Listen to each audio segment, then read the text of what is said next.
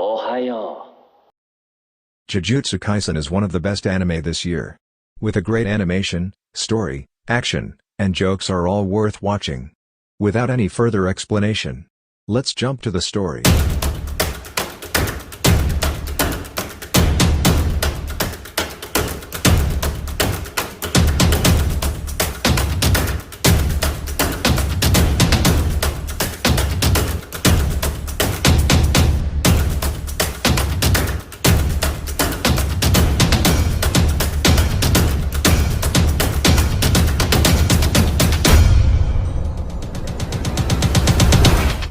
The story revolves around Yuji Itadori, a kind-hearted, easygoing teenager who cares about his grandfather. But Yuji's grandfather acts displeased about Yuji always visiting him at the hospital, not wanting his grandson to waste his time and attend his club instead. Shortly after, Yuji's grandfather passes away peacefully. Yuji mourns and packs up his things. He goes to the lobby to fill out paperwork. There, Megumi tracks Yuji down and asks him to hand over the cursed object. But the box is actually empty. Its contents are in the hands of the other occult club members, who plan on removing the seal in night at school. Megumi responds by claiming that it's worse than bad. And Yuji's friends are gonna die. Immediately, the curses begin to spawn around the school, while the students are complete. Yuji rushes to help rescue his friends with Megumi. Megumi enters the building, and is confronted by a strong curse. Megumi summons his divine dogs and commands them to destroy the enemy. Yuji suddenly crashes through the 4th floor window. Using his superhuman athleticism, Yuji rescues his friends. Before the curse can kill Megumi, Yuji jumps in to fight. Despite his incredible athletic gifts, he cannot hurt a curse without using cursed energy. While fighting the strong curse, Yuji eats the finger to protect his friends, and ends up becoming Sukuna's host. However, Yuji discovers that he has inherited magic and is able to control this power without interference from Sukuna. Despite Yuji killing the curse with ease, Megumi is concerned that this is the actual worst-case scenario. Ryomen Sukuna has been reborn, and only desires to kill all of humanity. Megumi-sensei, Satoru Gojo arrives. Knowing the situation, he decides to test Yuji's control, by asking him to switch with Sukuna for 10 seconds. Yuji allows Sukuna to take control and begins fighting with Gojo. Gojo easily able to evade all of Sukuna's strikes with incredible speed. Gojo decides to show off and hits Sukuna with several uncanny attacks. Instead, Gojo is easily able to repel all Sukuna's attacks, and counts down the final few seconds. Surprisingly, Yuji is able to regain control of his body with no problem. Gojo decides to convince the Jujutsu elders not to execute Yuji until he's devoured all the fingers, and help him join the Jujutsu tech school. Gojo tries to explain Sukuna's origins to Yuji, and how dangerous it is. During the golden age of Jujutsu, Sukuna was an imaginary demon, known as the undisputed king of curses. It took all Jujutsu sorcerers together to fight him. In meantime, they arrive to the principal's office, where they find Masamichi Yaga, creating cute puppets. Yuji introduces himself. Yaga asks him why he wants to enroll in Jujutsu Tech. Yuji says that he wants to help people, as a dying wish from someone else. Principal Yaga, unsatisfied with Yuji's answer, he uses his cursed corpse to attack Yuji, until he gets an acceptable answer. While holding the doll, Yuji explains that he must stop Sukuna, if he's going to live without regrets. Next day, Yuji and Megumi wait to meet with the third first-year, Nobara Kujisaki. Soon after, Nobara is given a task where she must work together with Yuji to exorcise a number of curses. In the 4th episode, 3 Jujutsu first years, Yuji, Megumi, and Nobara, meet with Kiyotaka Ajichi, an assistant manager at Tokyo Jujutsu High. They believe that the womb could transform into a special grade cursed spirit. Ajichi tells them that they must investigate but not fight. If they saw any special grade cursed spirit, their only options are to run, or die. Nobara falls through a curse on the floor.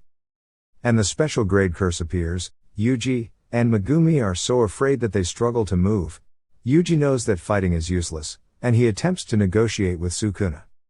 Yuji distracts the curse while Megumi escapes with Nobara. After that he switched to Sukuna when they're safe. Sukuna is annoyed with Yuji and decides to join forces with the finger bearer to kill Yuji's friends. However, the finger bearer attacks him. Sukuna uses domain expansion.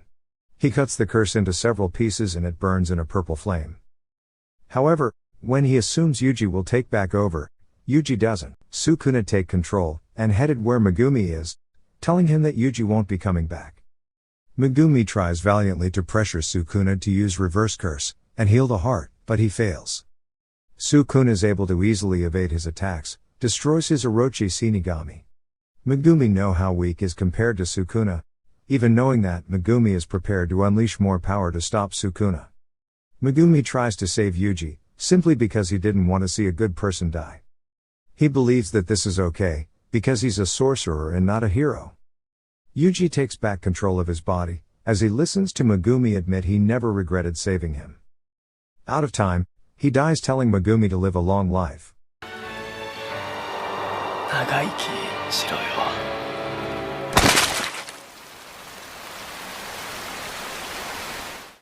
Meanwhile, inside of Sukuna's mind, Sukuna offers Yuji a deal. He will fix his heart in exchange for the ability to use Yuji's body for 1 minute, and for Yuji to forget the conversation. Yuji refuses to lend his body ever again, but Sukuna promises not to hurt anyone within that minute. Even so, Yuji doesn't believe Sukuna will uphold his side of the bargain. Yuji stubbornly refuses to listen to Sukuna, and punches him, demanding he be brought back to life, without conditions. They both agree to fight to the death in order to determine who take control. And Sukuna instantly divide Yuji's head. Yuji suddenly comes back to life. Gojo is happy to see his student alive and high-fives him.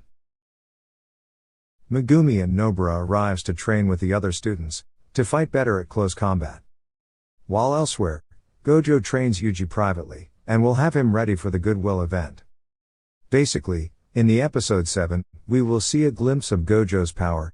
Jogo, a special grade curse, attacks Gojo, attempting to crush him. Jogo accepts that he's not strong enough to defeat Gojo. He unleashes a curse technique, his domain expansion.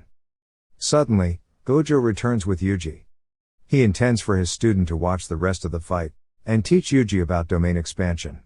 Gojo starts explaining to Yuji about domain expansion, and he removes his blindfold, revealing his bright blue eyes, and activating his domain expansion, Infinite Void. Gojo overwhelms Jogo, splitting his head, and ends the domain instantly. Nobara and Megumi come across two new third students, Aoi Toto and Mai Zenin. Toto being funny, he asks Megumi what kind of girl he likes. Unsatisfied with Megumi's answer, Toto immediately attacked him. Nobara wants to help, but Mai wraps her arms around her from behind, and claims Megumi doesn't stand a chance against Toto. Toto keeps brutalize Megumi with pure force. Megumi is left bloody before he's saved by Panda and Taji. Taji stops Tugu from moving with his voice, and Panda punched him. They managed to stop him. Elsewhere, Nobara is knocked on the ground after Mai shoots her. Maki arrives to help, and both sisters argue over who's more useless. Nobara suddenly gets back up, and grabs Mai in a headlock, demanding she gives her the outfit she's wearing.